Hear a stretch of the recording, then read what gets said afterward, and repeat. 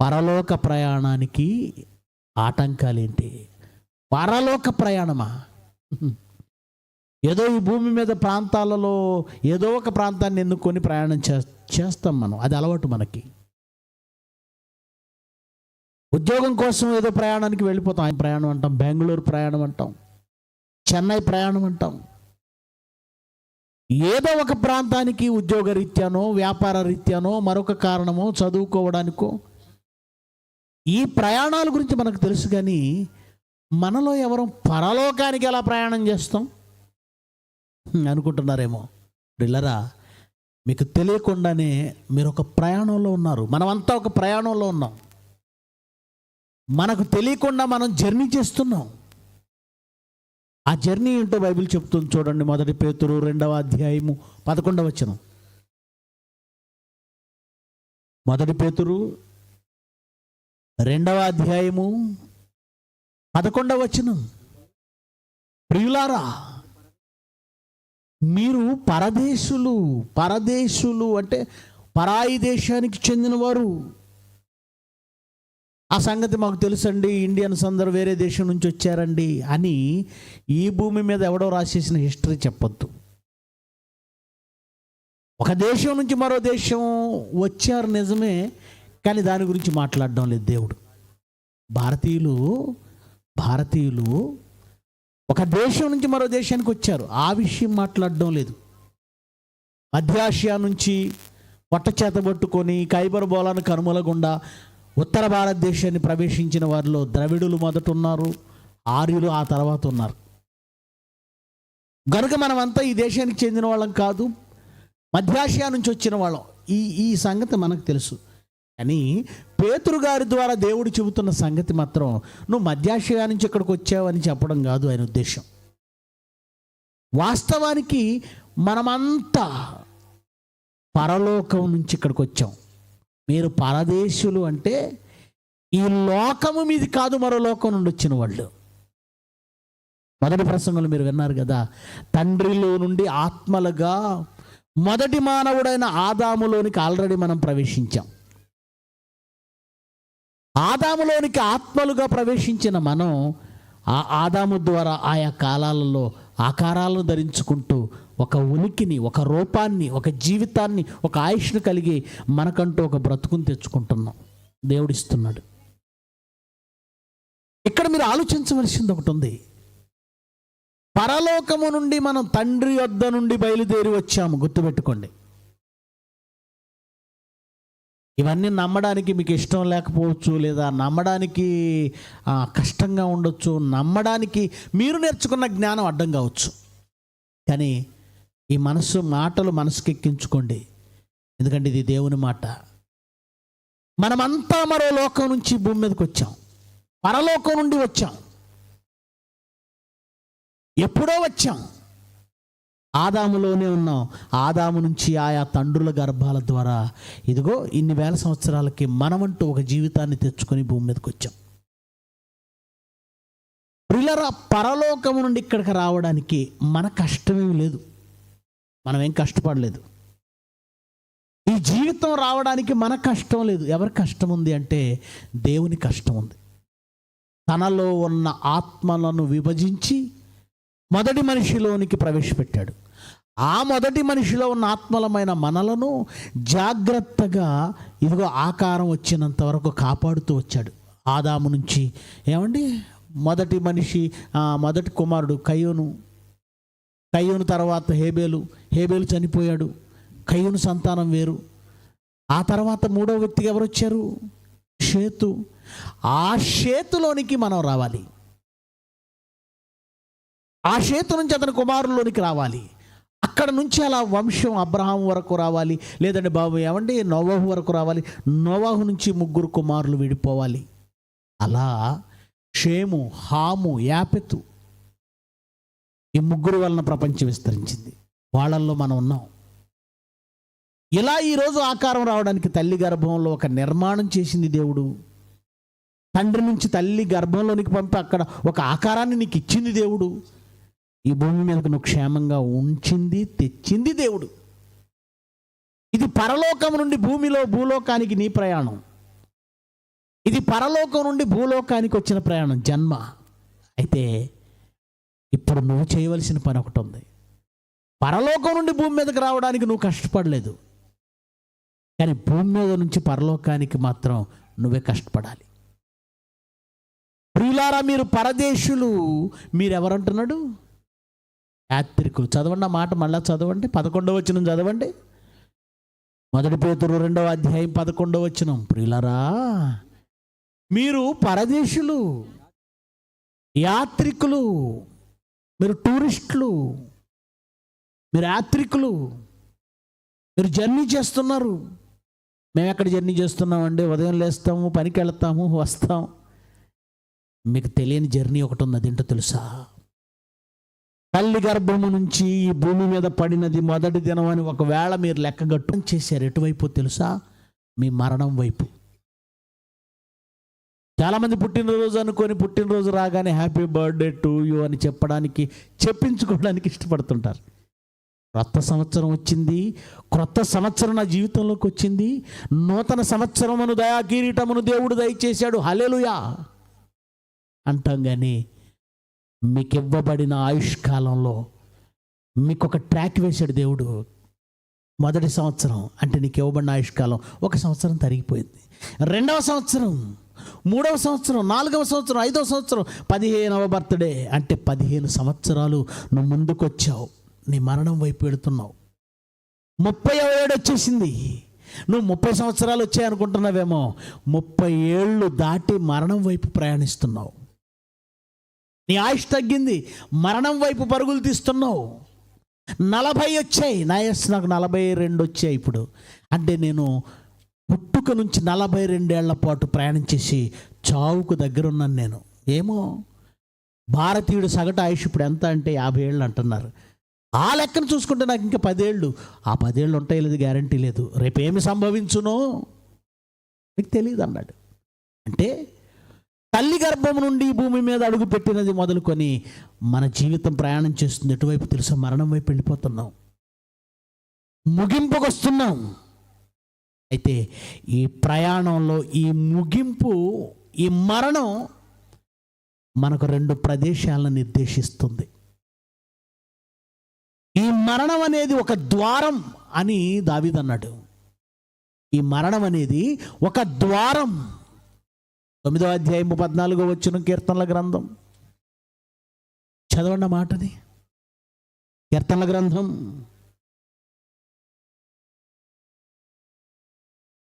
9వ అధ్యాయము 14వ వచనం. మరణ ద్వారమున ప్రవేశించకుండా నన్ను ఉద్ధరించువాడంటే ఆయుష్ ముగించకుండానే ఏదో ఒక ప్రమాదం వల్ల నేను చావకుండా నన్ను కాపాడుతున్నావు అన్నాడు. అది దాని ఉద్దేశం. కానీ అందులో ప్రవేశించటాన్ని ఏమన్నాడంటే మరణ ద్వారం, మరణ ద్వారం, మరణ ద్వారం. ఏమండి, చాలా గ్రామాలు ఈ మధ్యకాలంలో ఒక ట్రెండ్ ఫాలో అవుతున్నాయి. ఏంటి అంటే ఆ ఊరి ఎంట్రన్స్ ఒక ఆర్చిని నిర్మించుకుంటున్నాయి. చూడండి, ప్రతి ఊరికి ఒక ఆర్చి ఉంటుందా? ఉంటుంది. మీ ఊరికి కూడా ఉందా? ఇంకా నిర్మించుకోలేదా? నిర్మిస్తారులేండి, ఎవరో ఒకరికి బుర్ర దొల్చుద్ది, కడతారు, నో ప్రాబ్లం. ప్రతి ఊరికి ప్రవేశం ద్వారం, ప్రవేశ ద్వారం. ఆర్చ్ అంటున్నావు నువ్వు, ప్రవేశ ద్వారం. ఆ ద్వారంలోనికి ఒక రోడ్డు వస్తుంది. కొన్నిసార్లు ఆ ద్వారం నుంచి ఇటొక రోడ్డు వెళుతుంది, ఇటొక రోడ్డు వెళుతుంది. గ్రామంలోకి ఇటొక రోడ్డు. ప్రియులారా, ప్రతి గ్రామంలో ఆ ద్వారం ఉండాలని గ్యారంటీ లేదు, ఉంటుందని గ్యారంటీ లేదు, ఉండాలని రూల్ లేదు. ఆ ద్వారం ఉన్న ప్రతి చోట 2 దారులు వెళతాయన్న గ్యారంటీ ఏమి లేదు. కానీ మరణం అనేది కూడా ఒక ద్వారం. ఆ మరణం అనే ద్వారంలో మాత్రం 2 దారులు ఉన్నాయండి. ఇది ఎంట్రన్స్ అయితే ఈ ఎంట్రన్స్ నుంచి 2 దారులు ఉంటాయి. ఒకటి నిత్య జీవమును పంచే పరలోకం, 2 నిత్యాగ్ని దండనిచ్చే నరకం. ఈ భూమి మీద జీవితకాలం ఉందే, తల్లి గర్భం నుంచి ప్రారంభించి మరణం వరకు నువ్వు ప్రయాణిస్తున్నావే, నీకు తెలియకుండానే సంవత్సరాలు గడుస్తున్నాయే. ఒక కాలచక్రంలో నువ్వు వేగంగా ప్రయాణిస్తున్నావు. ఆ కాలచక్రంలో ఇప్పటికే ఎన్ని మైళ్ళు దాటావంటే, ఒకరు 20 సంవత్సరాలనే మైళ్ళు దాటేశారు, ఒకరు 30 సంవత్సరాల మైళ్ళు దాటేశారు, మైలురాళ్ళు దాటేశారు. ఒకడు 40 సంవత్సరాలనే మైలురాయి దాటేశాడు, ఒకడు 50 అనే మైలురాయి దాటేశాడు, ఒకడు 60 అనే మైలురాయి దాటేశాడు. అయినా మనం ఎటుపోతున్నామో, ఏ జర్నీలో ఉన్నామో, ప్రయాణం ఎటుపోతుందో అస్సలు పట్టించుకొని స్థితిలో మనం ఉన్నాం. అసలు ఈ ప్రయాణం పరలోకం అనే ద్వారంలోనికి, పరలోకం వైపు తీసుకెళ్తుందా, నీ ప్రయాణం నరకం వైపు తీసుకెళ్తుందా? నువ్వెటు వెళుతున్నావు, నువ్వెటు అడుగులు వేస్తున్నావు? ఇది ఈ భూమి మీద ఉండగా మనం తేల్చుకోవాలి, ఆలోచించుకోవాలి, పరీక్షించుకోవాలి. ఒకసారి మరణం అనే ద్వారంలోకి ప్రవేశించాక తప్పుకోవడం నీ వల్ల కాదు, మార్చుకోవడం నీ వల్ల కాదు, వెనక్కి రావడం నీ వల్ల కాదు. గనుక నీ రూట్ మార్చుకునే అవకాశం దేవుడు ఇక్కడ పదే పదే సేవకుల ద్వారా చెవిలో జోరేగల్లాగా చెప్పిస్తున్నాడు. కాకపోతే మనకు విసుగు. ఏంటి పాస్టర్లు ఉన్నారు, ఏంటి సేవకులు, ఎప్పుడు చూసిన మారమంటారు, ఎప్పుడు చూసిన దేవుడు అంటారు, ఎప్పుడు చూసిన ప్రార్థన అంటారు. అది నీకు విసుగ్గా ఉంది కదా. అది దేవుడు నీకు చెప్పిస్తున్న హెచ్చరిక. అంటే మీకు అర్థమైపోవాలి, జీవితం అనేది ఒక ప్రయాణం అయితే, ఆ జీవితంలో నువ్వు ఒక యాత్రికుడు అయితే, ఈ యాత్ర అందరూ పరలోకానికి వెళ్ళాలని ఆశపడతారు. నేను నరకానికి వెళ్తానండి అనేవాడు ఎవడూ లేడు. పైకేదో సరదాగా అన్నా, నరకం అంటే అందరికీ భయమే. ఎందుకంటే అది అంత మంచి ప్లేస్ కాదు, వెళ్ళగలిగిన ప్లేస్ కాదు, వెళ్ళాలనుకునే ప్లేస్ కాదు. ఓ భయంకరమైన చోటది. అందుకే ప్రతివాడు పరలోకం వెళ్ళాలనే ఆలోచిస్తాడు. మంచిది, అలా నువ్వు ఆలోచించడం మంచిదే. కానీ అలా ఆలోచించడం సరిపోదు, దాన్ని ఆచరణలోనికి తీసుకురావాలి. అదేంటంటే, ఏదో దేవుణ్ణి నమ్మేసుకున్నానని గుడ్డిగా కళ్ళు మూసుకోవడం కాదు. మన ప్రయాణం పరలోకం వైపే సాగుతుందా? మరణం అనే ద్వారంలో ప్రవేశించగానే మన ఆత్మ వేగంగా పరదేశ్కే వెళుతుందా, పరలోకానికి అరుతుందా, లేక వేగంగా మన ఆత్మను పాతాళం లాగేస్తుందా? ఇది తెలుసుకోవాలంటే మన బ్రతుకుని వాక్యం దగ్గరికి తీసుకురావాలి. మనం ఎక్కడ ఆటంకపరచబడ్డాం? సాఫీగా పరలోక ప్రయాణంలో ఉన్నామా, ఏమైనా ఆటంకాలలో చిక్కుకొని దారి తప్పామా? ఎందుకంటే పరలోక ప్రయాణానికి చాలా ఆటంకాలు ఉంటాయండి. నువ్వు పాతాళ ప్రయాణం పెట్టుకుంటే ఎవరు ఆపరు, చాలా సాఫీగా వెళ్తుంటుంది అది. ఎందుకంటే ఆ దారి విశాలం, రోడ్డు విశాలంగా ఉంటే రై రై రై అని వెళ్ళిపోతాం కదండి. హైవేది జోరుగా వెళ్ళిపోతాం, స్పీడు 120 కొట్టేస్తుంటాను ఒక్కోసారి నైట్ నేను కారు. హైవే అంటే విశాలంగా ఉంది, వెళ్ళిపోతాం. పాతాళం కూడా హైవేనే, ఏ ఆటంకాలు ఉండవు, వెళ్ళిపోవడం. కానీ పరలోకం అంటే చాలా నేరో అన్నాడు, సంకుచితమైన దారి అన్నాడు. ఇందులో ఎన్ని స్పీడ్ బ్రేకర్లు ఉంటాయో, ఎన్ని ఇబ్బందులు ఉంటాయో. ఇబ్బందులు ఉన్నాయి కదా అని ఆగిపోతావేమో, ఆగాలనే సాతాను చాలా ఆటంకాలు పెడతాడు. ఇప్పుడు ఆ ప్రయాణంలో ఎలాంటి ఆటంకాలు ఎదురవుతాయో అవగాహన కావాలి మనకి. అవగాహన లేకపోతే ఆ ఆటంకాల దగ్గర ఆగిపోతాం. మనం ఆ ఆటంకాల్లో చిక్కుకుంటాం, ఆ ప్రాబ్లమ్స్లో చిక్కుకుంటాం. ఎలాంటి ఆటంకాలు ఎదురవుతాయో కొన్ని విషయాలు మీ ముందుంచి నేను ముగిస్తాను. రైట్, మన ప్రయాణం గురించి ఆలోచించడానికి దేవుడు ఒక సహాయం చేశాడు మనకి, చాలా పెద్ద సహాయం. ఏంటంటే మన ప్రయాణం మన కళ్ళ ముందు స్పష్టంగా, మన కళ్ళ ముందు ఒక రూపంలో కనపడదు గనక, ఒక ఉదాహరణ, ఒక మాదిరిగా ఒక సమాజాన్ని మన ముందు పెట్టాడు. వారు ఒక ప్రయాణం చేశారు, వాళ్ళే ఇశ్రాయేలీయులు. వాళ్ళు ఒక ప్రయాణం చేశారు, దాన్ని మన పరలోక ప్రయాణంతో సమానంగా, అంటే దానికి ఉదాహరణగా పెట్టాడు. మన పరలోక ప్రయాణం ఎలాంటిదో అర్థం చేసుకోవడానికి ఇశ్రాయేలీయులు ఐగుప్తు దేశం నుంచి కనాను దేశానికి చేసిన ప్రయాణాన్ని మనకు ఒక మాదిరిగా ఉంచాడు. ఆ ప్రయాణము మన పరలోక ప్రయాణము రెండు ఒకటే. వాళ్ళు ఎక్కడ తడబడ్డారో మనం పరలోక ప్రయాణంలో అక్కడ తడబడతాం. వాళ్ళకు ఏ ఆటంకాలు ఎదురయ్యాయో మన పరలోక ప్రయాణంలో ఆటంకాలు ఎదురవుతాయి. కాకపోతే వాళ్ళు ఒక కనాను దేశానికి ప్రయాణం చేశారు, మనం పరలోక దేశానికి ప్రయాణం చేస్తాం. వాళ్ళు ఐగుప్తు నుంచి కనానుకి, మనం భూమి మీద నుంచి పరలోకానికి. కానీ మిగతా అంతా కూడా అదే విధానంలో సాగుతుంది. సేమ్ టు సేమ్ అంటారు. అవే ఆటంకాలు. ఎలాంటి ఆటంకాలు ఎదురవుతాయో ఒకసారి మనం చూడగలిగితే నిర్గమకాండానికి వద్దాం. ఒకసారి మోషే గారు రాసిన గ్రంథం ఇది, నిర్గమకాండం. దేవుడు మోషేని ఎన్నుకున్నాడు. మోషేని మరి ఫరో దగ్గరికి వెళ్ళమన్నాడు. ఫరో దగ్గరికి వెళ్ళి నిలబడ్డాడు. మోషే మాట్లాడుతున్నాడు 5వ అధ్యాయంలో 1వ వచనం నుంచి.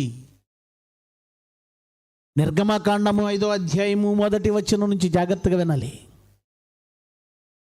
తరువాత మోషే అహరోనులు వచ్చి ఫరోను చూచి, ఇశ్రాయేలు ప్రయాణానికి ముందు ఎవరి పర్మిషన్ కావాలి? ఐగుప్తులో ఉన్నారు కదండి ఇశ్రాయేలీలు. ఐగుప్తు నుంచి దాటాలంటే రాజు పర్మిషన్ కావాలి, లేకపోతే సైనికులు అడ్డుకుంటారు. గనుక ఫరో ముందుకెళ్ళి నిలబడ్డారు.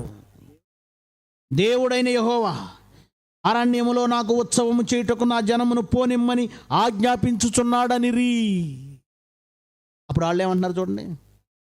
ఫరో ఏమంటున్నాడు చూడండి. నేను అతని మాట విని ఇశ్రాయేలీయులను పోనిచ్చుటకు యెహోవా ఎవడు? చూసారా, ఇశ్రాయేలు ప్రయాణానికి మొట్టమొదటి ఆటంకం ఏ రూపంలో ఎదురైంది? ఫరో. యెహోవా ఎవడు? అరణ్యములో నా ప్రజలు నన్ను ఆరాధించాలి, ఉత్సవం చేయాలి, నువ్వు పంపించన్నాడు, ఆజ్ఞాపిస్తున్నాడు. అదే మాట చెప్పారు మోషే అహరోనులు. అతని మాట విని నేను ఈ జనాన్ని పోనిచ్చుటకు యెహోవా ఎవడు? యెహోవాని నేను ఎరుగను. ఆ తర్వాత చూపించాడులేండి ఎవడో. యెహోవా ఎవడు అన్నాడు కదా, ఆ తర్వాత చూపించాడు. కాళ్ళు పట్టుకొని అయ్యా వెళ్ళిపోండి, ఇంక మీరు కనపడొద్దు అన్నాడు. ఎన్ని ఆటంకాలండి. మోషే నీళ్ళని రక్తంగా మార్చాడు. ఈలోగా వాళ్ళు వచ్చారు. ఎవరు వాళ్ళు? కనికట్టు. ఐగుప్తులో ఉన్నటువంటి మంత్రగాళ్ళు అందరూ వచ్చారు. కనికట్టు విద్య అది. వాళ్ళు నీళ్లు చేశారు, నీళ్ళని రక్తంగా మార్చారు. కర్రను నేల మీద పడేశాడు, పామైంది. వాళ్ళు కర్రలు నేల మీద పడేశారు, అవి పాములు అయ్యాయి. కాకపోతే మోషే పాము వాళ్ళ పాములు ఏం చేసింది? మింగేసింది. తర్వాత కప్పలను పుట్టించారు. వాళ్ళు ఏం చేశారు? కప్పలను పుట్టించారు. కానీ వాటిని వెళ్ళగొట్టలేకపోయారు. ధూళిని పుట్టించారు మోషే అహరోనులు. ఇక మంత్రగాళ్ళకి వాళ్ళ వల్ల కాలేదు. ఏమంటే ఎన్ని సూచక్రియలు చేసినా ఏగలు వచ్చాయి, వడగండ్లు వచ్చాయి, చీకటి వచ్చింది, పేలు వచ్చాయి. ఎన్ని వచ్చినప్పుడల్లా కాస్త మనసు మారుతుంది. కుక్క టైపు కదండి అతని మనసు. కుక్క టైపు అప్పటికప్పుడు విదిలించుకొని వెళ్తుంది. మళ్ళీ వస్తుంది కొట్టినా. కానీ కుక్క కొట్టినా మళ్ళీ తిరిగి వచ్చేస్తుంది. అలాగే ఫరో దెబ్బ తగిలిన ప్రతిసారి పంపించేస్తానంటాడు. కానీ ఆ గాయం మానగానే మళ్ళీ కఠినం. ఇలారా అతని తొలి సంతానము మొదలుకొని ఐగుప్తు దేశంలోని ప్రతి ఇంట్లో తొలి సంతానం శవమైతేనే కానీ ఇశ్రాయేలీయులను వదలలేదు. ఇక్కడ జాగ్రత్తగా ఆలోచిస్తే మన ప్రయాణంలో కూడా అండి, పరలోక ప్రయాణం, ఇశ్రాయేలీయుల కనాను ప్రయాణంలో మొట్టమొదటి ఆటంకం ఎవరంటే ఒక ఫరో రాజు. మన ప్రయాణంలో కూడా తొలి ఆటంకాలు ఎలా ఉంటాయి అంటే, ఎవరో ఆటంకం కలిగిస్తారు. బంధువులు కావచ్చు, కన్నవాళ్ళు కావచ్చు, కట్టుకున్న వాళ్ళు కావచ్చు, తోటి వాళ్ళు కావచ్చు, తోడబుట్టిన వాళ్ళు కావచ్చు, కడుపును పుట్టిన వాళ్ళు కావచ్చు. చాలామంది హైందవ సోదరులు సోదరీలు ఉంటారు. సత్యము అంటే వాక్యం విని, యేసుక్రీస్తు గురించి విని మారాలి అనుకున్నప్పుడు వాళ్ళ ఇంట్లో వాళ్ళు ఆటంక పెడతారు, వెళ్ళకూడదంటారు. బంధువులు ఆటంక పెడతారు, భర్త ఆటంక పెట్టవచ్చు, లేదు భర్తను భార్య ఆటంక పెట్టవచ్చు. అలాగే మనకి కూడా దేవునిలోనికి రావడానికి ఏవో ఆటంకాలు, ఎవరో ఆటంకం. అంటే ప్రారంభంలో దేవునిలోనికి రావడానికి, ప్రారంభంలో దేవుని కోసం బ్రతకడానికి, ప్రారంభంలో ఈ పరలోక ప్రయాణానికి వాళ్ళో వీళ్ళో ఎవరో ఒకరు ఆటంకం. ఆ ఆటంకాల్ని దేవుడు తొలగిస్తాడు. ఎందుకంటే ఫరో వలన కలిగిన ఆటంకాన్ని ఎవరు తొలగించారు? దేవుడు. ఫరో ఎన్ని రకాలుగా ఆటంకాలు పెట్టినా అవన్నీ దేవుడు తొలగించాడు. తర్వాత అండి, ఫరో కాదు ఆటంకం, తర్వాత ఏదంట ఆటంకం? ఎర్ర సముద్రం ఎదురుగా నిలిచింది. వీళ్ళు వెళ్ళి వెళ్ళి వెళ్ళి వెళ్ళి దద్దాం అనుకునే లోపు ఏముంది? ఎర్ర సముద్రం.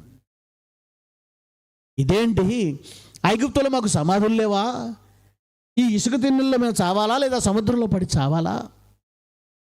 వాళ్ళు దాటడానికి పెద్ద సముద్రం. అంటే మన ప్రయాణంలో కూడా మొదట మనుషుల్లో వాళ్ళు వీళ్ళు ఆటంకాలుగా ఉంటారు. తర్వాత జీవితంలో ఏదో ఒక పెద్ద సమస్య. అది ఎంత పెద్దదంటే సముద్రం అంత పెద్దది. ఆ సమస్య కూడా దేవుడే తీరుస్తాడు. గుర్తుపెట్టుకోండి, ఎర్ర సముద్రాన్ని వీళ్ళు ఏమైనా పాయలు చేశారో? దేవుడే పాయలు చేశాడు. దేవుడేగా. దేవుడు పాయలు చేసి ఎంత విశాలమైన దారిచ్చాడు. పొడి నేల మీద ఒకడు నడిచిపోయినట్లుగా కాలికి కనీసపు చిన్న చెమ్మకోట లేకుండా పొడి నేల మీద వెళ్ళిపోయారండి వాళ్ళు. పొడి నేల మీద మాట్లాడుతున్నారమ్మా, మాట్లాడకండి. పొడి నేల మీద వెళ్ళిపోయారు. వెనకాల ఫరో సైన్యం తరుముతుంది. దేవుడు అగ్ని స్తంభాన్ని నిలిపాడు. అంతే, వాళ్ళు దాటినంత వరకు వీడి దగ్గరికి సమీపించలేకపోయారు. ఆ తర్వాత లోపలికి రానిచ్చాడు. విడిపోయిన సముద్రాన్ని కలిసిపోమన్నాడు. మొత్తం ఫరో సైన్యం అంతా నీటిలో మునిగి ఊపిరి తిరగక చచ్చారు. అంటే ఈ సమస్యను కూడా ఎవరు తీశారు? దేవుడే తొలగించాడు. ఆ తర్వాత ఎవరు సమస్య సృష్టించారో, ఎవరు సమస్య సృష్టించుకున్నారో ఒక్కసారి మీరు చూడండి. సంఖ్యాకాండం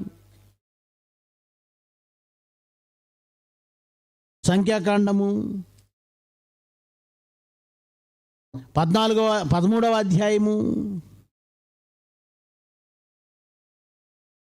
సంఖ్యాకాండం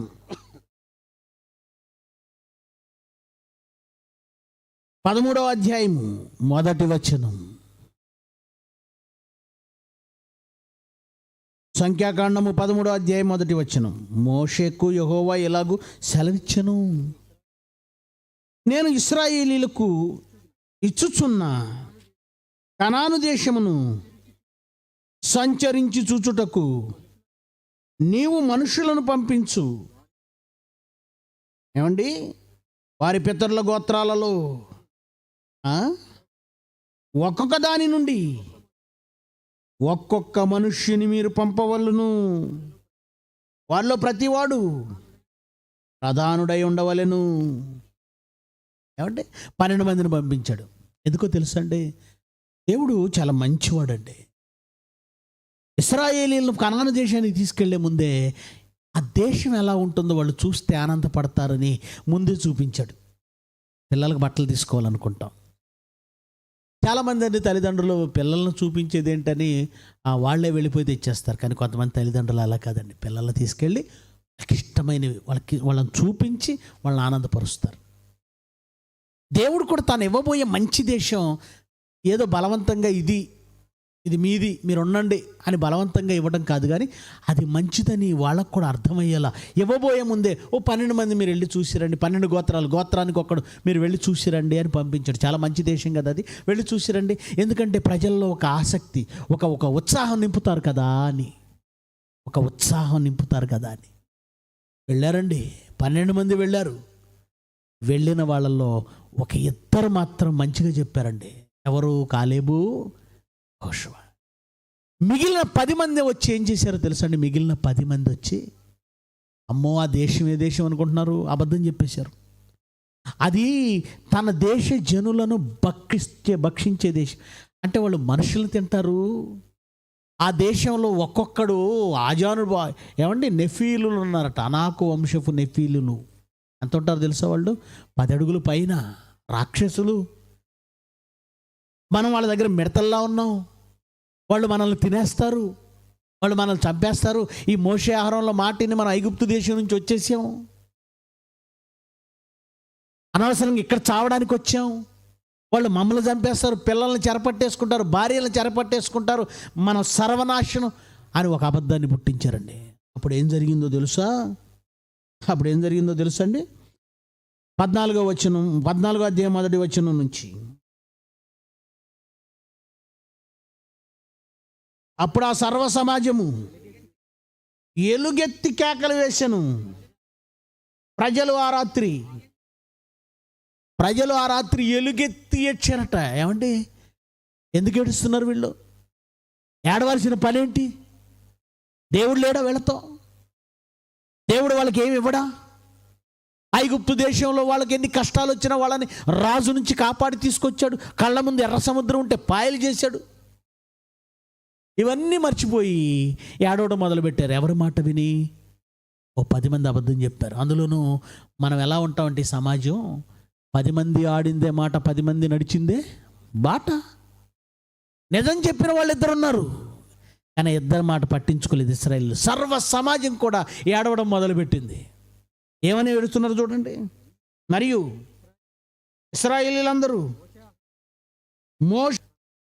ఆ సర్వ సమాజము, అయ్యో ఐగుప్తులో మేమేలా చావలేదు, ఈ అరణ్యంలో ఎందుకు చావలేదు? మేము కత్తులతో చావాలని, కత్తులతో మా దేహం ముక్కలు కావాలని ఇక్కడ తీసుకొచ్చాడే ఈ మోషే. ఎన్ని తిట్టారు మోషేని, ఎన్ని తిట్టారు. యెహోవా మమ్మల్ని ఇక్కడికి ఎందుకు తీసుకొచ్చాడు? మమ్మల్ని కత్తివాత చంపడానికా? మా భార్యలు మా పిల్లలు కొల్లపోదురు, వాళ్ళని బానిసలుగా తీసుకెళ్ళిపోతారు, మమ్మల్ని చంపేస్తారు. మగవాళ్ళందరూ ఏడుస్తున్నారు. ఆ రోజుల్లో జరిగేది అదే. శత్రురాజులు మగవాళ్ళని చంపేస్తారు, స్త్రీల్ని పిల్లల్ని ఎత్తుకొని పోతారు. ఇప్పుడు వాళ్ళు అదే బాధపడుతున్నారు. తిరిగి ఐగుప్తుకు వెళ్ళుట మాకు మేలు కదా. ఏమండి, ఎప్పుడైతే ఇలా అనుకున్నారో సర్వ సమాజం ఒక నిర్ణయానికి వచ్చింది. లాభం లేదు, ఈ మోషే ఆహారంలో నమ్ముకుంటే మనం చచ్చిపోతాం, మనం ఇంకొక నాయకుడిని ఎన్నుకుందాం, తిరిగి ఎక్కడికి వెళ్ళిపోదాం? ఐగుప్తుకి వెళ్ళిపోదాం. ఏమండి, దేవుని మాట ఏం కావాలి? వాళ్ళిద్దరిని రాళ్ళతో కొట్టి చంపేద్దాం. ఎవరిద్దరిని? మోషేని, అహరోన్ని. దేవుడేమో ప్రతిష్టాత్మకంగా అబ్రహాముకు మాట ఇచ్చాడు, 4వ తరాన్ని తిరిగి మరలా కనాను దేశానికి నేను తీసుకొస్తానని మాట ఇచ్చాడు. తన మాట నెరవేర్చుకోవాలని దేవుడంటే, వాళ్ళు దేవుని నిర్ణయాలకు, దేవుని ఆశకు వ్యతిరేకంగా తిరిగి ఎక్కడికి వెళ్ళాలంటున్నారు? ఐగుప్తుకి. చాలా బాధపడ్డాడండి దేవుడు, చాలా. 2 చెప్పారు నిజాన్ని, 10 మంది అబద్ధం చెప్పారు. అంటే లోకం ఎలా ఉంటుంది? బాగా వినాలి. లోకం ఎలా ఉంటుందంటే, ఒక 12 మందిని తీసుకుంటే 12 మందిలో 2 నిజం చెబుతారు, 10 మంది అబద్ధం చెప్తారు. అది గుర్తుపెట్టుకోండి. కానీ లోకం ఏమైపోయిందంటే, మెజారిటీ ఆఫ్ పీపుల్ వాయిస్. ఎక్కువ మంది ఏది చెబితే అదే రైట్. మెజారిటీ పీపుల్ ఓట్లేస్తే వాళ్ళే రైట్. మెజారిటీ పీపుల్ నడిస్తే అదే బాట. Majority of people. ఎందుకో ఎక్కువ మంది అబద్ధం చెప్తారని బైబిల్ చెప్పింది. ఇక్కడ అబద్ధం చెప్పింది ఎంతమంది? 10 మంది. నిజం చెప్పింది ఎంతమంది? 2. అంటే పరలోక ప్రయాణంలో, వాళ్ళకు కనాను ప్రయాణంలో వాళ్ళకి ఏర్పడిన ఒక ఆటంకం ఏంటో తెలుసా? అబద్ధం. పరలోక ప్రయాణంలో కూడా మనల్ని ఆటంకపరిచేది ఏదో తెలుసా? అబద్ధం. మన జీవితాన్ని ఒక అబద్ధం నడిపిస్తుందా? అవునండి. ఎన్ని అబద్ధాలు ఈ సమాజంలో మానవ జాతిని చుట్టుముట్టాయో ఈ సమాజం గుర్తించట్లేదు. అదే నాకు చెప్పానే, జీవితం అంటే ఏమీ లేదురా, 3 నాళ్ళ ముచ్చట్రా అంటాడు ఒకడు, వీడు చూసినట్టు. చావంటే ఏమి లేదురా, గాలిలో కలిసిపోతుంది, మనం కనపడం, ఉన్నంతలో సంతోషంగా బ్రతుకంటాడు. ఇది అబద్ధం. మరణం తర్వాత మనం ఉన్నామని గట్టిగా మాట్లాడేవాడేడి? చావు తర్వాత మనం ఉంటామని చెప్పేవాడేడి? చావు అంటే లేకుండా పోవడం అని ఎలుగెత్తి చాటేవాడేడి? ఒక సైన్స్ చెప్పగలదా? చెబుతుందా? పాఠాలు ఉన్నాయా? మరణం తర్వాత జీవితం ఉందని పాఠాలు రాశారా? మేధావులు చెబుతారా? రాజకీయ నాయకులు చెబుతారా? ప్రభుత్వాలు చెబుతాయా? ఎవరు చెప్పడం లేదు. చెప్పేవాళ్ళని మాత్రం మతస్థులు, మతబోధకులు, వాళ్ళ మతం ఏదో చెప్పుకుంటున్నారు. 10 మంది ఆడుతున్న అబద్ధాన్ని నమ్ముతున్న సమాజం. పరలోక ప్రయాణంలో అబద్ధపు బోధ, అసత్యాలు మనకు ఆటంకాలుగా నిలుస్తాయి. ఏం జరిగిందో తెలుసండి, వాళ్ళు అలా నిర్ణయించుకున్నందుకు ఏం జరిగిందో, దేవుడు ఎలాంటి నిర్ణయం తీసుకున్నాడో ఒకసారి మీరు ఆలోచించగలిగితే, తర్వాత అధ్యాయములు 14వ అధ్యాయం 26, 27 వచనం డైరెక్ట్ చదువుదాం. 27. మరి యెహోవా మోషే అహరోనులకు ఇలాగ సెలవిచ్చెను, నాకు విరోధముగా సణుగుచుండు ఈ చెడ్డ సమాజమును. మనుషులు ఏం చేస్తున్నారట? దేవుడికి విరోధంగా సణుగుతారట. ఒకడు ఏం దేవుడు అండి? మాయదారి దేవుడు. అసలు ఎవరి గురించి మాట్లాడుతున్నావు తెలుసా నీకు? నీకు ఎంత ధైర్యం ఉంటే నీ నోట ఆయన గురించి తప్పు మాట వస్తుంది? మహాశక్తి ఆయన తలుచుకుంటే పడుకొని తెల్లారు లేవో తెలుసా? ఈ చెడ్డ సమాజాన్ని నేను ఎంతవరకు భరించాలి అని ఏమంటున్నాడు? ఇశ్రాయేలు నాకు విరోధముగా సణుగుచున్న సణుగులను నేను విన్నాను. నువ్వు వారితో ఇలాగ చెప్పు, నువ్వు వాళ్ళతో నా మాట ఏంటో చెప్పు. నా జీవము తోడు మీరు నా చెవిలోనికి వినబడేలా మాట్లాడారు. దేవుని చెవికి నీ ప్రతి మాట వినబడుతుంది. అందుకే పాట వేయించాను ముందు. మాటనిచ్చిన దేవుడు నీ మాటను ఏం చేస్తున్నాడు? వింటున్నాడు. వినికిడినిచ్చిన దేవుడు నీ మాట వింటున్నాడు. నీ ప్రతి మాట ఎంత సీక్రెట్ అయినా అది వినబడుతుంది దేవుడికి. మనం అనుకుంటే చెవులు గుసగుసలాడతారు చాలామంది. దేవుడికి అక్కడ పెద్ద లౌడ్ స్పీకర్లు వినబడుతుంది పరలోకంలో. ఎవరమ్మా ఆమె? నాదేండ్లలో పలానా స్వార్థమ్మా, రాసుకో, అయిపోయావు. పెద్ద స్పీకర్ నా చెవిలో చెప్పినట్లు నేను నిశ్చయముగా వారి ఎడల చేస్తాను. మీ శవాలు ఈ అరణ్యంలో రాలుతాయి. ఎందుకని నిర్ణయం తీసుకున్నట్టు తెలుసా? మేము కానాను దేశం రాము అన్నారు వాళ్ళు. ఈ మాట ఎవరికి చేరింది? దేవుడికి. చాలామంది అంటారు, ఒరే ఇలా అనకరా, పైన తదాస్తు దేవతలు ఉంటాయి. పాపం అమాయకులు. నువ్వేదాన్ని అంటేనట పైన దేవతలు ఉండి తదాస్తు అంటారట. అది వాళ్ళ ఊహ. కానీ తదాస్తు అనేది దేవతలు కాదు, దేవుడు. నువ్వు దేవునికి వ్యతిరేకంగా ఏ మాట మాట్లాడినా దేవుడి నిర్ణయాలు చాలా వేగంగా ఉంటాయి. వీళ్ళందరూ మోషేకి అహరోనుకి ఎదురు తిరిగి రాళ్లతో కొట్టి చంపేద్దాం, మనం అంతా వెళ్ళిపోదాం, మనం కనాన్ దేశం వెళ్ళనన్నారు కదా, మీ మాట నేను నెరవేరుస్తాను. మీరంతా రానన్నారు కదా, ఎస్ మీరు రారు. ఎలా రాము ప్రభువా? ఐగుప్తు వెళ్ళమంటావా? ఐగుప్తు కాదు, నరకానికి పంపిస్తాడు. శవాలు అరణ్యంలో రాలుతాయి అన్నాడు. మీ శవాలు ఎక్కడ రాలిపోతాయి? చక్కగా కనాను దేశం వచ్చి వాగ్దాత భూమి మీద చక్కగా బ్రతకాలి, పాలు తేనెలు ప్రవహించే పాలస్తీనా దేశంలో బ్రతకవలసిన వారు ఒక అబద్ధాన్ని నమ్మటం వలన మరి శవాలు ఎక్కడ రాలిపోయాయి? అరణ్యంలో. కనాను దేశం రాలేదు అంటే వారిని ఆటంకపరిచినది ఏదో తెలుసా? అబద్ధం. పరలోక ప్రయాణంలో కూడా ఎన్నో అబద్ధాలు మన జీవితాలను ఇక్కడ రాల్చేస్తున్నాయి, నరకానికి తీసుకెళ్తున్నాయి, నాశనానికి తీసుకెళ్తున్నాయి. ఆటంకాలండి.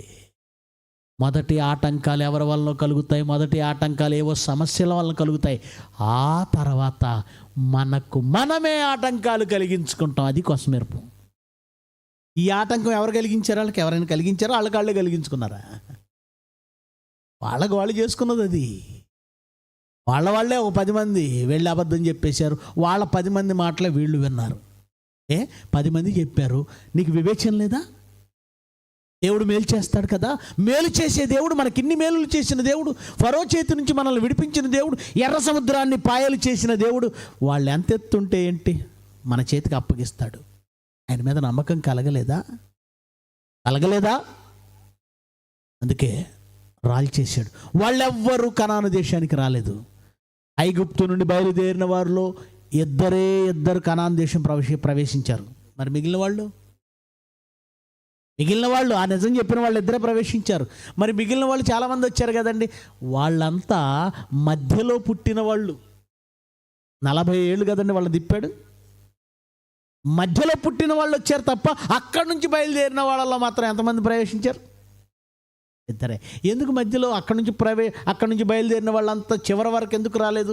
వీళ్ళిద్దరు వచ్చినట్లుగా, కాలేబు యెహోషువలు వచ్చినట్లుగా అందరు ఎందుకు రాలేదంటే వాళ్ళు మధ్యలోనే రాలిపోయారు. ఎందుకు రాలిపోయారు?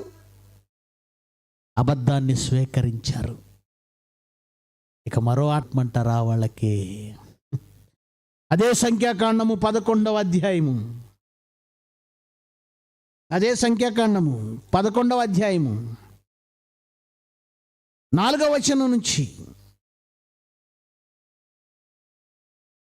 వారి మధ్యనున్న మిశ్రిత జనము ఏం కనపరిచారు? మాంసాపేక్ష. బయలుదేరి 4 నెలలు గట్టిగా కాలేదు. ఏమండి, ప్రయాణంలో బిర్యానీ సెంటర్లు తెగ కనపడతాయి. ముందు ఇంటికి వెళ్ళటం ముఖ్యం, బిర్యానీ సెంటర్ మధ్యలో బస్ దిగేస్తావా? ఇక్కడ నుంచి హైదరాబాద్ బయలుదేరావు, బిర్యానీ సెంటర్ కనపడిందని బస్ దిగేసేవరకు ఏమవుతావు? ఉదయం ఇంటర్వ్యూకి వెళ్ళాలి. ఎన్ని గంటలకు ఇంటర్వ్యూ? 10 గంటలకి. నువ్వు ఇప్పుడు బస్ ఎక్కి కరెక్ట్గా 9ంటికి వెళ్తావు, అక్కడ ఫ్రెష్ అయ్యేసరికి గంట పట్టుద్ది, నువ్వు ట్రాఫిక్లో వెళ్ళాలి. బిర్యానీ పాయింట్ దిగింది కనపడిందని బస్సును వదిలేసి దిగేసావు అనుకో, తర్వాత తినకూడదా? ఇశ్రాయేలీలు కూడా ముందు కనాను దేశం వెళ్ళాలి, ఆ వాగ్దాత దేశాన్ని చూడాలి. ఇది పోయిందండి. వీళ్ళకి ఏం కావాల్సి వచ్చిందంటే ఇప్పుడు మాంసాపేక్ష అధికంగా కలిగిన జనులు. కొంతమందికి మాంసం లేకపోతే ఉండలేరండి. ఏదో అంటారు చూడండి, మేసే గాడిద కులం లేపారు. వాళ్ళని లేపారట. ఏం రేపారు చూడండి. వాళ్ళు అధికముగా కనపరచగా ఇశ్రాయేలీలు మరలా ఏడ్చి, అంటే ఆల్రెడీ ఒకసారి ఆడడం అయిపోయింది. వీళ్ళు ఎందుకు ఏడుస్తున్నారండి? వీళ్ళు మాటికి ఎందుకు ఏడుస్తున్నారు? ఏం తక్కువ చేశాడు దేవుడు? వీళ్ళు మరలా ఏడ్చి, మాకెవరు మాంసం పెట్టుదురు? ఐగుప్తులో మేము ఉచితముగా తినిన చేపలు, కీరకాయలు, దోసకాయలు, కూరాకులు, ఉల్లిపాయలు, తెల్లగడ్డలు. అబ్బాయి ఏం గుర్తొస్తున్నాయి? పిల్లలు గుర్తొస్తున్నారు అన్నట్టు చెబుతున్నారు వీళ్ళు. హాస్టల్లో పెట్టిన పిల్లలు గుర్తొస్తున్నారు, లేదా హాస్టల్లో ఉన్న పిల్లలకు తల్లిదండ్రులు గుర్తొస్తున్నారు అన్నట్టు ఈ దరిద్రులకు ఏం గుర్తొస్తున్నాయి? ఐగుప్తులో ఏం తిన్నారట వాళ్ళు? ఐగుప్తులో ఉచితంగా మేము తిన్న చేపలు, కీరదోసకాయలు, దోసకాయలు, కూరాకులు, ఎవరికి ఉల్లిపాయలు, తెల్లగడ్డలు. ఇప్పుడు మా ప్రాణాలు సమస్యలుతున్నాయి. అసలు వచ్చిన పని ఏంటి? ఈ తిండి అవేంటి? కొంతమంది వస్తారండి, మోదవలస సెమినార్ దాకా వస్తారు. అక్కడ 24 గంటల వాక్యం ఉంటే అసలు ఆ వాక్యంలో ఏం తింటున్నామో మర్చిపోయేవాళ్ళం మేము. కానీ ఇప్పుడు వాళ్ళు అలా కాదండి. పప్పు బాగలేదు, భోజనం బాగలేదు, ఉప్పు సరిగా లేదు, సాంబారు సరిగా లేదు, మటన్ సరిగా లేదు, సరిగ్గా వడ్డించలేదు. ఈ గోల ఎక్కువైపోయింది. వాక్యం కంటే దేని మీద ఆసక్తి వచ్చింది? తిండి. ఆ రోజు వాళ్ళు చేసిన గొడవకి, చేసిన అల్లరికి దేవుడు తీసుకున్న నిర్ణయం ఏంటో తెలుసా అండి? 32వ వచనం చదవండి. 31 నుంచి చూద్దాం. 31 నుంచి. దేవుణ్ణి విసిగించారు. దేవుడు ఏం చేశాడు చూడండి. 31. తరువాత యెహోవా సన్నిధి నుండి ఒక గాలి బయలుదేరి సముద్రము నుండి పూరేళ్లను రప్పించి పాళెము చుట్టూ ఈ ప్రక్క ఆ ప్రక్క దిన ప్రయాణమంతో దూరము వరకు భూమి మీద 2 మూరల ఎత్తున వాటిని పడజేసాను. మాంసం కావాలని ఏడ్చారు కదా. దేవుడికి మహా కోపం వచ్చేసిందండి. మహా చెడ్డ కోపం వచ్చింది. ఎంత ఎత్తున వేశాడు? అప్పుడప్పుడు వర్షం పడుతుంటే చేపలు పడతాయట వర్షానికి. న్యూస్లో చూసారా మీరు? అలా రోడ్డు మీద చేపలు పడితే మన వాళ్ళ సందడి చూడాలి. మన వాళ్ళు ఎలాంటి వాళ్ళు అంటే రోడ్డు మీద చేపలు పడడం కాదు, ఒకసారి పాల ట్యాంకర్ తిరగబడిందండి. ఆ ట్యాంకర్ కింద మనుషులు చచ్చిపోయి బ్లడ్ చితికిపోయి రోడ్డు మీద పోతుంటే ఆ పోతున్న పాలను బకెట్లు పట్టుకొని వస్తున్నారు వీళ్ళు. ట్యాంక్ నుండి పడిపోతున్నాయి కదా పాలు. ఒకరైతే ఏం చేశారు తెలుసా? పెట్రోల్ ట్యాంకర్ పడిపోతే పెట్రోల్ పట్టుకుందామని వెళ్ళారు. కాసేపటికి అది పేలిపోయింది, మాడి బూడిదైపోయారు. మనుషుల ఆశ. దేవుడికి వచ్చిన కోపంతో ఏదో ఇంటికి 2 పూరేళ్ళని ఇస్తలేదు. ఏం చేశాడు ఆయన? 2 మూరలు. మూర అంటే ఎంత అనుకుందాం? 2 మూరలు అంటే ఎంత ఎత్తున పూరేళ్ళు పడ్డాయంటే ఏమండి, ఈ వీధి ఊరంతా, అది కూడా ఒక దిన ప్రయాణం అంతా. ఏది ఒక రోజంతా మీరు ఎంత దూరం నడుస్తారు? నడవండి. అంత దూరాన రెండు మూరల ఎత్తున పూరేళ్ళు పడ్డాయట. తినండిరా దరిద్రులారా. అదనమాట దేవుడి కోపం. ఆయన తలుచుకుంటే ఎలా వస్తాయి సముద్రం నుంచి పూరేళ్ళు పూరేళ్ళు పూరేళ్ళు. అప్పుడు ఏం జరిగిందో చూడండి. 32 రెండో భాగం. తర్వాత వారు తమ కొరకు తక్కువ కూర్చుకొనిన వాడట 100 తూములు కూర్చుకున్నాడట. తక్కువ కూర్చుకున్నాడు. ఎంత కూర్చుకున్నాడు? దొరకదనుకొని తూమిడి పిండి అంటే తెలుసు కదండి మీకు. 100 తూములు కూర్చుకున్నాడు. తక్కువ కూర్చుకున్నాడు అంటే మిగతా వాళ్ళందరూ ఇంకా ఎక్కువ. ఆ తర్వాత ఏం జరిగింది చూడండి. తర్వాత వారు తమ కొరకు పాళెం చుట్టూ వాటిని, అంటే పచ్చి మాంసం తిన్నారు. తర్వాత ఏం చేశారు? Dry pieces తినాలనుకున్నారేమో. పాళెం చుట్టూ పరిచారట. అప్పుడు ఏం జరిగింది చూడండి. ఆ మాంసం ఇంకా వారి పండ్ల సందున ఉండగానే అది నమలక మునిపే యెహోవా కోపము జనుల మీద రగులుకొనెను. యెహోవా తెగులు చేత వారిని బహుగా బాధించెను. మాంసాపేక్ష గల వారిని జనులు అక్కడ పాతిపెట్టినందున ఆ స్థలమునకు కిబ్రోతు హత్తావా అని పేరు. హత్తావా అంటే దురాశ. జనులు కిబ్రోతు హత్తావా నుండి హజరేతుకు ప్రయాణమైపోయి హజరేతుల దగ్గర కొన్ని లక్షల మందిని తుడిచేశాడండి ఆ రోజు. కొన్ని లక్షల మంది. మాంసం తిండి అంటే మన పరలోక ప్రయాణానికి తిండి కూడా ఆటంకమా? తిండి కూడా ఆటంకమా? ఖచ్చితంగా అండి. ఎందుకంటే దేవుడు ఒక మాట చెప్పాడు, ఏమి తిందుమో ఏమి త్రాగుదమో అని మీ ప్రాణమును గూర్చి అయినను, ఏమి ధరించుకుందుమో అని మీ వస్త్రాల గురించి బాధపడకండి, ఆలోచించకండి, చింతించకండి. ఎందుకు ఈ మాట చెప్పాడు? ఏమన్నా నిజంగా చెప్పాలంటే ఈ మాటను నమ్మే క్రైస్తవులు లేరండి ఈరోజు. లేరు. ఇక్కడే అద్దంకి దగ్గర ఒక గ్రామానికి వెళ్ళామండి. ఇలాగే మీటింగ్ మెసేజ్ చెప్తున్నాను, ఇదే మాటలు చెప్తున్నాను. ఆకాశ పక్షులు చూడమన్నాడు. ఎప్పుడైనా చూసారా? వాటికి వ్యవసాయం ఉందా? అవేమైనా గోడౌన్స్లో food corporation of India FCI గోడౌన్స్లో ఏమన్నా ధాన్యాలు దాచుకున్నాయా? అవి బ్రతుకుతున్నాయి కదా, వాటిని బ్రతికిస్తున్నాడు కదా. కాకి పిల్లలు ఆకలి తరిచినప్పుడు కాకికి ఆహారం సిద్ధపరుస్తాడు. సింహపు పిల్లలు ఆకలిగా ఉన్నప్పుడు వాటికి ఆహారం సిద్ధపరుస్తాడు. వాటికంటే శ్రేష్ఠులు అవేమో సేవకులు, ఆయనేమో మీ తండ్రి. మీ తండ్రిని మీరు ఎందుకు నమ్మరు? కనుక ఏం తినాలో అని ఆలోచించకండి, మీ తండ్రి మిమ్మల్ని బ్రతికిస్తాడని చెప్తుంటే ఒక ఆయన అలా ఎదుర్కొచ్చిన, అయ్యగారు రేపు పొద్దున పనులకి వెళ్ళాలి, తొందరగా ముగించండి అంటారు. చెబుతున్నదే దానికోసం అయ్యగారి చెవులోకి మరి ఎందుకు కూర్చున్నాడు? సందడి. కొంతమంది పల్లెటూరులో లైట్లు ఎత్తే సందడి, మైకులు పెడితే సందడి, అందరు వచ్చి కూర్చుంటున్నారు, మనం కూర్చుంటాం. చెవులోకి మాత్రం ఇది మాత్రం వెళ్ళదు. ఎవరు బాగు చేస్తారో తెలియదు ఈ బతుకుల్ని, ఏమైపోతాయో తెలియదు ఈ బ్రతుకులు. పూట తినకపోతే చచ్చిపోతామంటే. దేవుని కోసం బ్రతకాలన్న ఆలోచన లేదు, కానీ తినాలి, ఎలాగైనా తినాలి, మేమే బ్రతకాలి. నీ బ్రతుకు నువ్వు తెచ్చుకోలేదు కదా, నేను కష్టపడితేనే బ్రతుకుతాననే ఆశ నీకెందుకు? ఆలోచన నీకెందుకు? బ్రతుకునిచ్చిన దేవుడు బ్రతికించడా నిన్ను?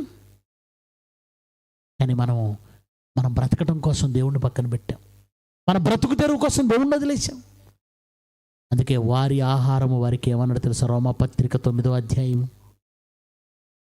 రోమాపత్రిక పరలోక ప్రయాణంలో నిన్ను ఆటంకపరిచే వాటిలో 11వ అధ్యాయం 9వ వచనం. వారి భోజనము వారికి ఉరి. మీ భోజనం కూడా మీకు ఊరయ్యింది, ఊరు అవుతుంది. అదేనండి ఇశ్రాయేలీలు. పండ్ల సందులలో మాంసం ఉండగానే తెగులు పంపించాడట, కూలిపోయారు. కిబ్రోతు హత్తావా అంటే దురాశ.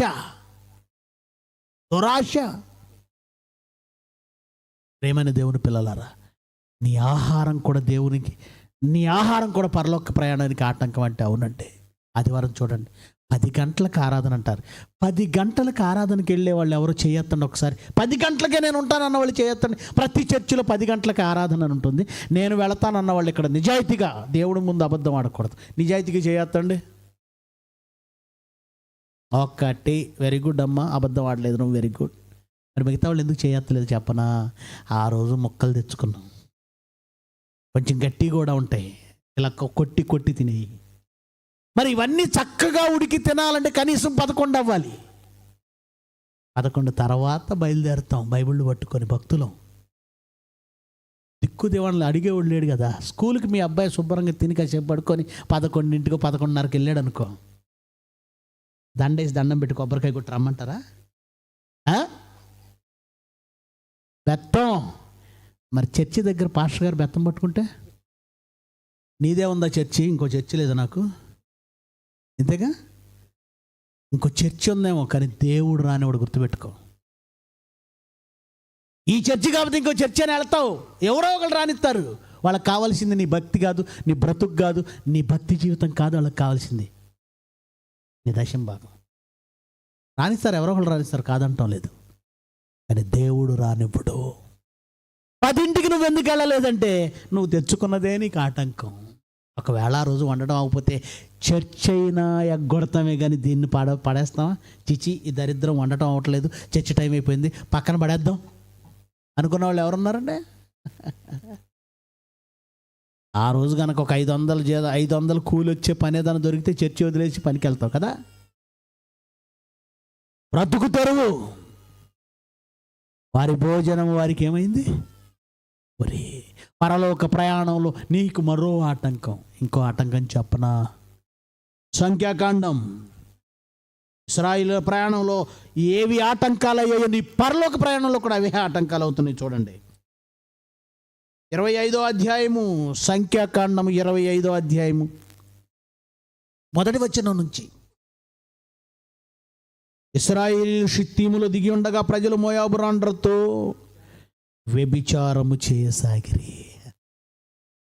ఏమండి, ఈ వ్యభిచారం అనే కార్యక్రమంలో ప్రవక్త బిలాము కూడా ఇన్వాల్వ్ అయి ఉన్నాడండి. ఎలాగైనా ఈ బాలాకు రాజు ఇశ్రాయేలీలను శపించమని బిలాము అనే ఒక ప్రవక్తని, ఒక సోదిగాడిని తీసుకొచ్చాడు. ఈ బిలాము అనే ప్రవక్త నోట ఆశీర్వచనమే వస్తుంది, ఎందుకంటే దేవుడు ఇశ్రాయేలీలను శపించొద్దని చెప్పాడు. అందుకే అతని నోట ఆశీర్వచనమే వస్తుంది. బాలాకు రాజు కోపం వచ్చేస్తుంది. నేను శపించమంటే నువ్వు దీవిస్తున్నావు, నేను శపించమంటే నువ్వు దీవిస్తున్నావు. అప్పుడు బిలాము ఒక మాట అన్నాడు, వాళ్ళని శపించడం నా వల్ల కావట్లేదు, ఎందుకంటే దేవుడు నా నోట శాపవచనం రానివ్వటం లేదు, ఆశీర్వచనమే రప్పిస్తున్నాడు. ఒక చిన్న సలహా ఇస్తాను, చేస్తావా బాలాకు రాజు అన్నాడు. దేవుడికి ఇష్టం లేని పని గనక నువ్వు ఆ ఇశ్రాయేలీలతో చేయించగలిగితే, నువ్వు నేను చెప్పించని అవసరం లేదు, దేవుడికి ఇష్టం లేని పని ఇశ్రాయేలీల చేత నువ్వు చేయించగలిగితే దేవుడే వాళ్ళని శపిస్తాడు, దేవుడే వాళ్ళని లేపేస్తాడు. నువ్వు నేను చేతికి మట్టి అంటకుండా పక్క తప్పుకోవచ్చు. సలహా చెప్పాడు. ఏంటి ఆ సలహా ఏంటి చెప్పు అన్నాడు. ఏం లేదు, మీ స్త్రీలలో మీ కన్యల్లో అందమైన వాళ్ళని మా వాళ్ళ మధ్యకి పంపించు, ఎందుకంటే వ్యభిచరించటం అంటే మా దేవుడికి అసలు ఇష్టం ఉండదు. నువ్వు గనక అందమైనటువంటి కన్య స్త్రీలను గనక నువ్వు వాళ్ళ మధ్యకి పంపితే వాళ్ళు ఆ పాపంలో చిక్కుకుంటారు, అది చాలు దేవుడు వాళ్ళని శపించడానికి. ఇశ్రాయేలీయులకు ఉరి వడ్డమని బాలాకుకు నేర్పిన బిలాము. ఇది ప్రకటన గ్రంథం 2వ అధ్యాయంలో ఉంటుంది, తర్వాత చదువుకోండి, సమయం లేదు. 14వ వచనం, 2:14. ఓకే, రాసుకోండి, తర్వాత చదువుకోండి. అంతేనండి. బాలాకు రాజు బిలాము చెప్పినట్లుగా ఏమండి, అందమైన కన్యకలను వారి మధ్యకు పంపితే వాళ్ళు వ్యభిచారం చేయటం మొదలుపెట్టారు. ఆ రోజు ఏం జరిగిందో తెలుసా? చూడండి ఒకసారి 25వ అధ్యాయము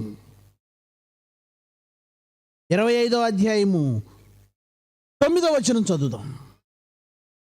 24,000 మంది వ్యభిచరించినందుకు దేవుడు వారి మధ్యకు పంపించి, తెగులు పంపించి ఎంతమందిని చంపేశాడు? 24,000 మంది కనాను దేశం చేరకుండానే ఆ రోజు చచ్చిపోయారు. కొన్ని లక్షల మంది అరణ్యంలో వారి శవాలు ఎందుకు రాలేయి అంటే అబద్ధాన్ని విన్నందుకు. వాళ్ళు కనాను దాకా వెళ్ళలేదు. తిండికి కక్కుర్తి పడి మాంసం కావాలని దేవుణ్ణి ఏమని దూషించారు, హింసించారు, ఆయన శోధించారు. మాంసం వారి పళ్ళ సందుల్లో ఉండగా తెగులొచ్చి చచ్చిన వాళ్ళు కొన్ని లక్షల మంది. ఇప్పుడు వ్యభిచారం. కొన్ని వేల మంది, 24,000 మంది కనాను దేశం చేరకుండా చనిపోయారు. అంటే కనాను ప్రయాణంలో ఎదురవుతున్న ఆటంకాలను ఒక్కొక్కటి మనసులో పెట్టుకోండి. మొదట ఫరోయే ఆటంకం. ఆ ఆటంకాన్ని దేవుడు తొలగించాడు. మహాసముద్రం ఆటంకం, సమస్య, అది దేవుడు తొలగించాడు. మొదట ఎవరో ఆటంకం, ఏదో ఆటంకం, ఆ తర్వాత మనమే ఆటంకం. అబద్ధాలను వింటాం, అదొక ఆటంకం. ఇశ్రాయేలీయులు అబద్ధం విన్నారు, నేల రాలిపోయారు. మనమే ఆటంకం. మన తిండి ముఖ్యం. తిండి కూడా ఊరైపోయిందా? ఎస్. మన పరలోక ప్రయాణంలో మనం తింటేనే బ్రతుకుతాం. దేవుడు పక్కన పెట్టాం తినడానికే. ఇక మరొక ఆటంకం ఏంటో తెలుసా? 7వ అధ్యాయము ప్రసంగి గ్రంథం 25, ప్రసంగి గ్రంథము 7వ అధ్యాయము, ప్రసంగి గ్రంథము 7వ అధ్యాయము 26 చదువుదాం. 26 చదువుదాం. మరణము కంటే ఎక్కువ దుఃఖము కలిగించున్నది నాకు ఒకటి కనబడెను. అది వలల వంటిదై, ఉరుల వంటి మనస్సు, బంధకముల వంటి చేతులు కలిగిన స్త్రీ.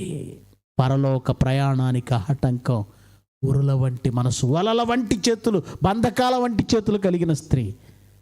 ఈరోజు మనిషి ఇక్కడేనండి బలహీనమైపోయి పరలోకానికి దూరం అయిపోతున్నాడు. కొందరు తిండి కోసం, కొందరు అబద్ధాల మాయలో పడి, కొందరు లోకమాయలో పడి, కొందరు చివరికి వచ్చేసరికి స్త్రీ. మోయాబు రాండతో వ్యభిచరించినందుకు 24,000 మంది. ఈరోజు నీ పరలోక ప్రయాణంలో నిన్ను ఆటంకపరిచే అతి భయంకరమైన ఆటంకం స్త్రీ, వ్యభిచారం. ఎంతమంది కూలిపోయారో తెలుసా? ఎంతమంది కూలిపోయారు? రాజులు కూలిపోయారు, రాజ్యాలు కూలిపోయాయి. రాజ్యాలు చివరికి నీ జీవితం కూడా కూలిపోతుంది. జాగ్రత్త. నీ జీవితం కూడా ఇక ఫైనల్గా మనందరినీ ఆటంకపరుస్తున్న ఒక కారణాన్ని చూసి ముగించేసుకుందాం. ఆటంకం మనందరికీ ఆటంకంగా ఉన్నది. అదేంటో తెలుసా? జీవపు డంబం. యోహాను పత్రిక, మొదటి పత్రిక, యోహాను గారు వ్రాసిన మొదటి పత్రిక 2వ అధ్యాయము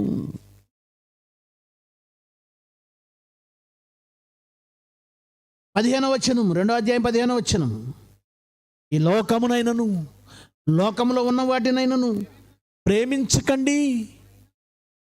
ఎవడైనను లోకమును ప్రేమించినట్లా తండ్రి ప్రేమ వానిలో ఉండదు. లోకములో ఉన్నదంతా అనగా శరీరాశ, నేత్రాశ. చూసారా? ఈ రెండు మనం మాట్లాడుకున్న ఇప్పటి వరకు. శరీరాశ, నేత్రాశ. ఇక మూడోది ఏంటి? జీవపు డంబం. అదేంటండి? ఇది ఎలా ఉంటుందండి? జీవపు డంబం అది ఎలా ఉంటుందండి? మనుషుల మధ్య గొప్పగా, డాంబికముగా, గొప్పగా బ్రతకడానికి నువ్వు పడే ఆరాటం. ఈరోజండి ఒకప్పుడు ఆకలి కోసం మన దేశంలో తిండి కోసం కష్టపడేవాళ్ళు. నా చైల్డ్హుడ్లో, అంటే నా చిన్నతనంలోనండి, ఏదో ఒక కూర ఉంటే అన్నం ఉండేది కదా, అన్నం ఉంటే కూర ఉండేది కదా, పక్కింటి వాళ్ళు కొంచెం కూర అడిగి తీసుకోవటం. అఫ్కోర్స్ ఇప్పుడు ఎక్కడో ఒక చోట పల్లెటూరులో కనపడుతుంది. కానీ ఇప్పుడు మా ప్రాంతాల్లో అది లేదండి. ఎవరికేం తక్కువ లేదు, అందరికీ అన్నీ ఉంటున్నాయి. ఒకప్పుడు ఇల్లు పక్కనే ఇల్లు, మహా అయితే చిన్న ఏమన్నా మొక్కలను కంచెలుగా పెట్టుకునేవాళ్ళు. వాళ్ళ ఇంట్లో రోలు ఉండేది, వీళ్ళింట్లో రోకలు ఉండేది. పండగ వస్తే పక్కింటికి వెళ్ళిపోయి పిండి దంచుకునేవాళ్ళు. వాళ్ళతో వీళ్ళకి సఖ్యత, వీళ్ళతో వాళ్ళకి సఖ్యత. వీళ్ళ దగ్గర చక్రాల గద్దెలు ఉంటే వాళ్ళ దగ్గర బాండ్లీ ఉండేది.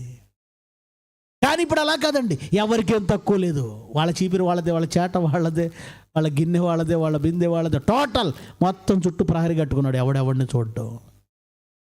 ఒకరి ఇంట్లో టీవీ ఉంటే 10 ఇంట్లో వాళ్ళు వచ్చి కూర్చునేవాళ్ళు. ప్రేమలు ఉండే ఆ రోజు. ఇప్పుడు ఎవరి టీవీ వాళ్ళదే. ఎవరికెళ్ళి తొంగి చూడటం లేదు. ఒకప్పుడు ఒక ఇంట్లో ఆహారం లేదు, ఒక ఇంట్లో ఉండేది, అడిగి తీసుకునేవాళ్ళు. ఇప్పుడు అందరికీ డబ్బు వచ్చింది, అందరికీ ఆహారం ఉంది, బాబు ఎవరిని అడగటం లేదు. కానీ ఇప్పుడు మనలోకి వచ్చిందంటే తెలుసా, ఒకప్పుడు ఒక పూట కూటి కొరకైనా పక్కకి వెళ్ళేవాళ్ళం, కానీ ఇప్పుడు అందరికీ తిండి వచ్చింది.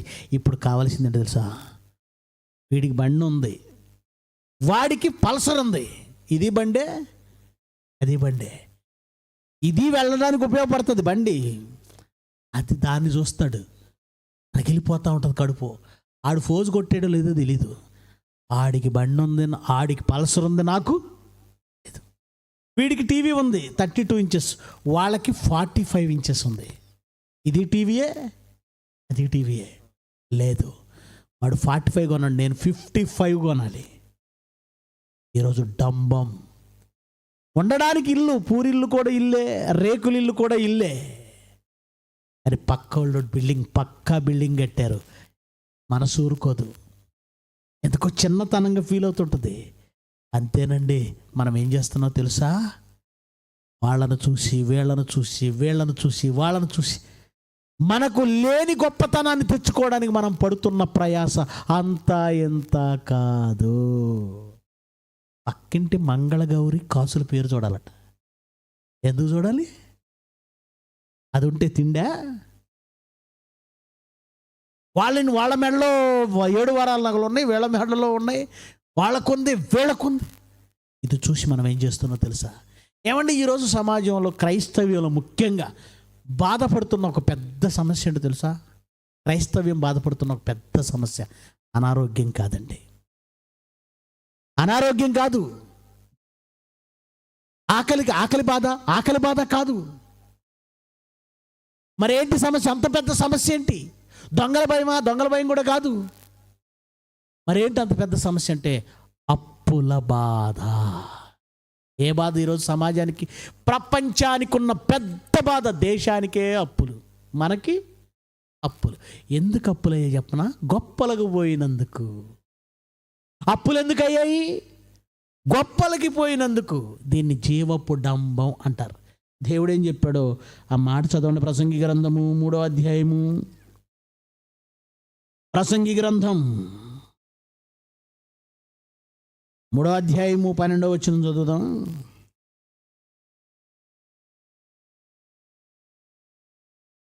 ఏమండి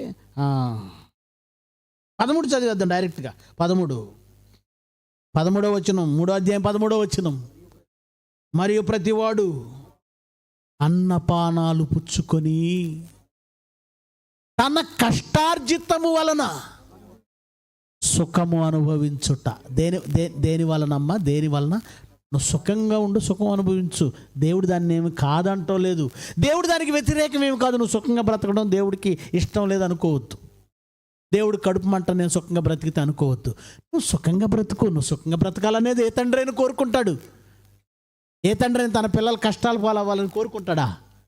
మన దేవుడు కూడా మన తండ్రి, ఆయన మనం సుఖంగా బ్రతకాలని కోరుకుంటాడు. కానీ సుఖం ఎక్కడుందన్నాడు? మీ కష్టార్జితము వలన మీరు సుఖముగా ఉండండి అన్నాడు.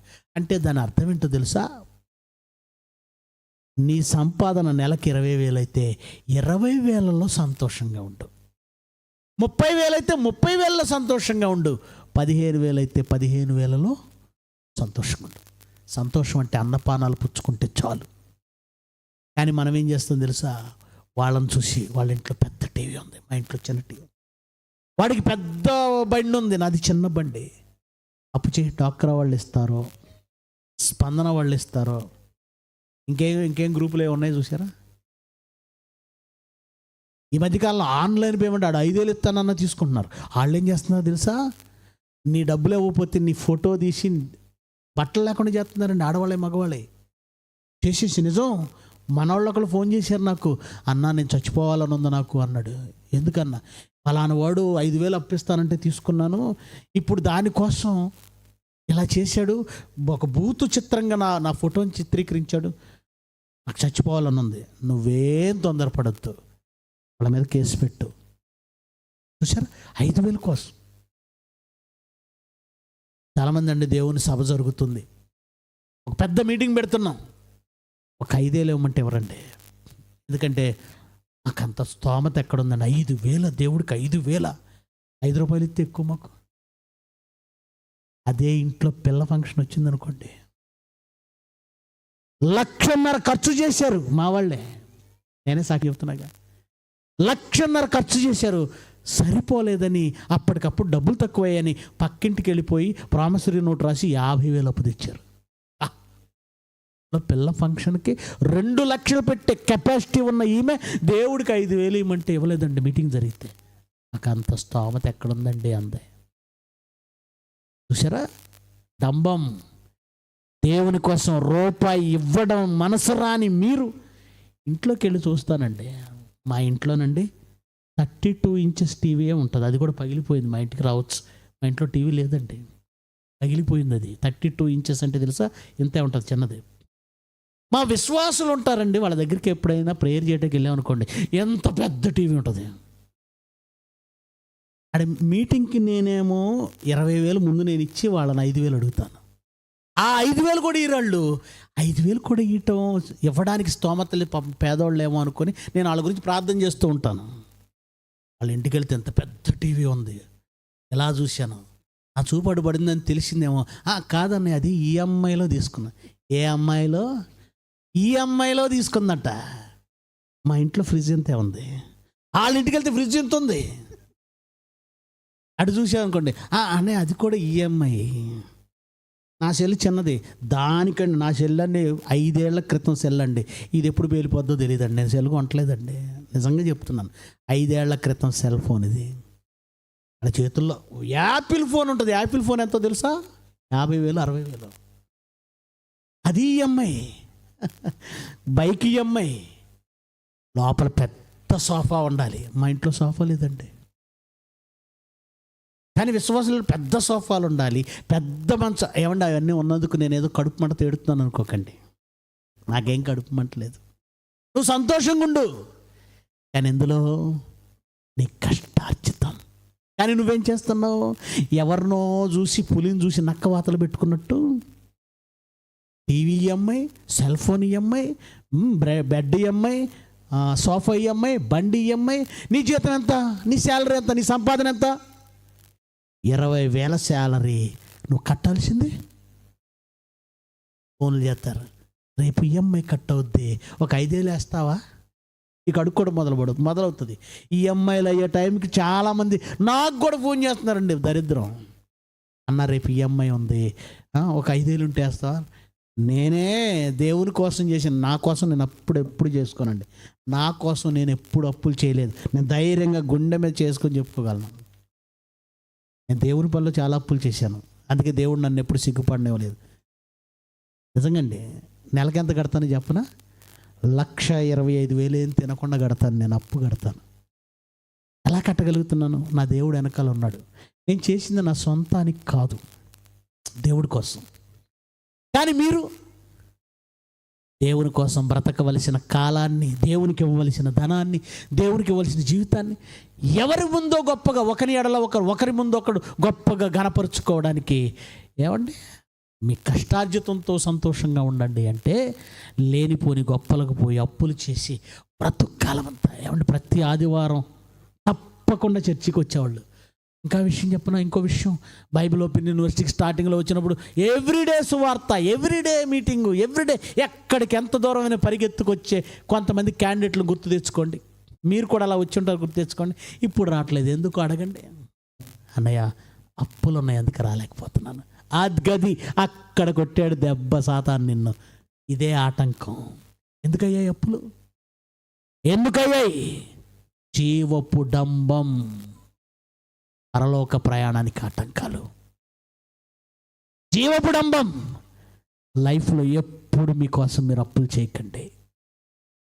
మీకోసం మీరు అప్పులు చేశారా, మీ పరలోక ప్రయాణానికి అది పెద్ద ఆటంకం, పెద్ద ఆటంకం. జ్ఞాపకం తెచ్చుకోండి, మొట్టమొదట మీ జీవితంలో నీ తల్లో, నీ తండ్రో, నీ భార్యో, చుట్టాలో, బంధువులో ఎవరో నీకు ఆటంకం. మొదట ఆ ఆటంకం 4 రోజుల తర్వాత తొలగిపోద్ది. తర్వాత ఏదో పెద్ద సమస్య ఆటంకం, అది దేవుడు తీసేస్తాడు. ఇక ఆ తర్వాత మనమే ఆటంకం. అబద్ధాలను ఆశ్రయిస్తాం, తిండి కోసం దేవుణ్ణి వదిలిపెడతాం, స్త్రీ కోసం, మన శరీరపు తప్పుడు శరీరాశల కోసం దేవుణ్ణి విడిచిపెడతాం. జీవపు డంబం కోసం దేవుణ్ణి విడిచిపెడతాం. ఈ పరలోక ప్రయాణంలో నిన్ను ఏ వల పట్టేసిందో, ఏ ఉరి నిన్ను చుట్టేసిందో, ఏ ఆటంకాలు నిన్ను చిక్కించుకున్నాయో అర్థం చేసుకో, ఆలోచించుకో, వాటి నుంచి బయటికి రా. లేదా పరలోకానికి కాదు, నిత్యాగ్ని దండనకు వెళ్ళాల్సి ఉంటుంది. పరలోక ప్రయాణానికి ఇవి ఆటంకాలు. ఈ ఆటంకాలలో ఏవి నిన్ను చుట్టుముట్టాయో ఈ ప్రసంగం తర్వాత నువ్వు ఆలోచించుకో.